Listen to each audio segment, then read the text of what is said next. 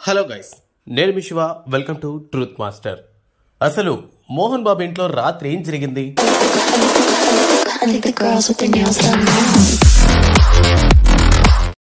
శంషాబాద్ సమీపంలో ఓ ఇల్లు కట్టుకున్న శ్రీ మోహన్ బాబు తన జూబ్లీ హిల్స్ ఇంటిని మంచు లక్ష్మికి ఇచ్చేసి వెళ్లిపోయారు.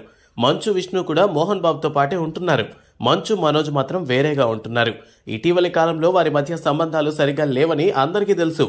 మోహన్ బాబు యూనివర్సిటీలో అత్యధిక ఫీజులు వసూలు చేస్తున్నారని, వేధింపులకు పాల్పడుతున్నారని ఆరోపణలు వచ్చినప్పుడు మనోజ్ భిన్నంగా స్పందించారు. తనకు బాధ్యత ఉందన్నట్లుగా ఆయన భావిస్తూ ఉండొచ్చు.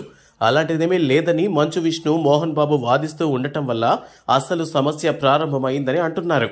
మోహన్ బాబు ఇప్పటికే ఆస్తులు పనిచేశారు. ఆయన గతంలో హైదరాబాదు శివారులోని ఓ రిజిస్ట్రేషన్ ఆఫీసులో వారి భాగాలకు వచ్చిన ఆస్తులను రిజిస్ట్రేషన్ చేయించేశారు. అయితే మోహన్ బాబు కుటుంబానికి ఎక్కువగా ఆదాయం తెచ్చిపెట్టేది విద్యా సంస్థలే. మిగతావన్నీ ఖర్చులే తప్ప ఆదాయాలుండవు. ఆ యూనివర్సిటీ విద్యా సంస్థలను మనోజ్ కు కాకుండా చేశారని అంటున్నారు. ఈ క్రమంలో దానిలో హక్కు కోసం మనోజ్ పోరాడుతున్నారని చెబుతున్నారు. ఈ అంశంపై మోహన్ బాబు నివాసంలో శనివారం రాత్రి సమావేశమయ్యారు.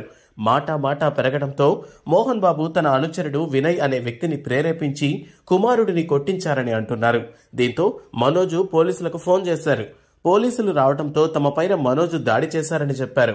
అయితే విషయం పోలీసుల వరకు వెళ్తే, కేసుల వరకు వెళ్తే అందరికీ ఇబ్బందేనని మాట్లాడుకుందామని చెప్పి మనోజ్ను కన్విన్స్ చేసి అంతా హ్యాపీసేనని పోలీసులకు చెప్పి పంపించేశారు.